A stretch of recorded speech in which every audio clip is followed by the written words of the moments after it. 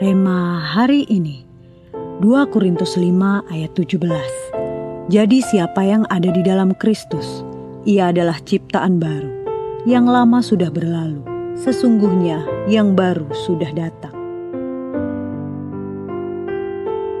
Seorang pecandu yang telah lama terikat kebiasaan buruk akhirnya memutuskan berhenti. Hari-hari awal terasa berat. Ada rasa kehilangan, ada pergumulan, bahkan cibiran dari orang sekitar. Namun perlahan hidupnya berubah. Wajahnya mulai berseri, tubuhnya kembali bugar, relasinya dipulihkan, dan harapan yang sempat hilang mulai tumbuh kembali. Keputusan meninggalkan kebiasaan lama menjadi titik balik pemulihan hidupnya.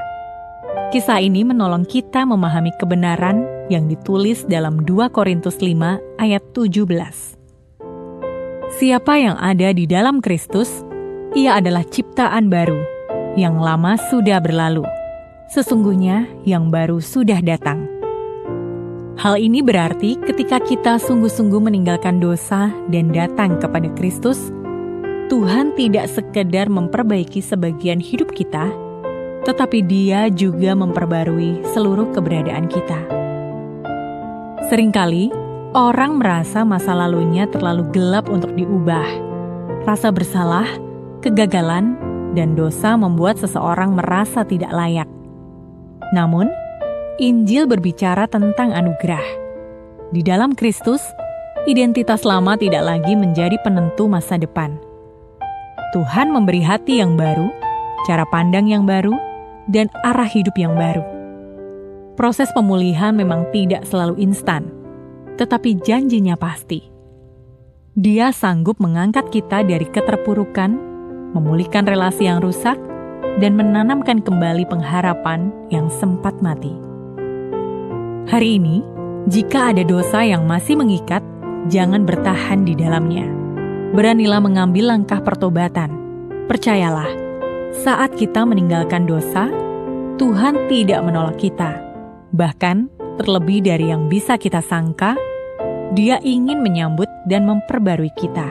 Karena itu, jangan biarkan masa lalu mendikte masa depan kita. Taklukkan hawa nafsu yang selama ini menguasai kita, dan terimalah identitas baru di dalam Kristus.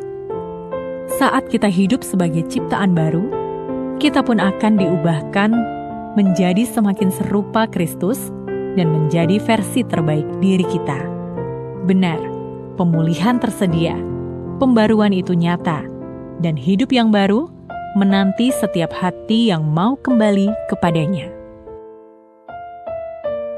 Dosa atau kebiasaan lama apa yang masih Anda pertahankan, dan bagaimana itu menghambat pembaruan hidup Anda?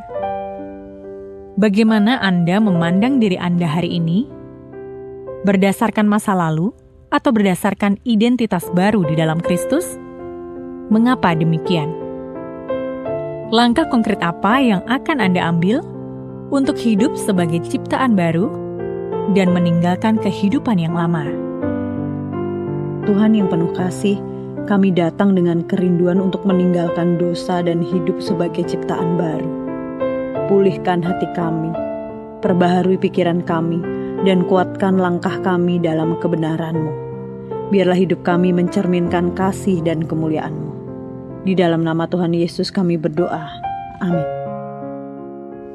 Ketika meninggalkan dosa, Tuhan akan memulihkan dan memperbarui hidup kita.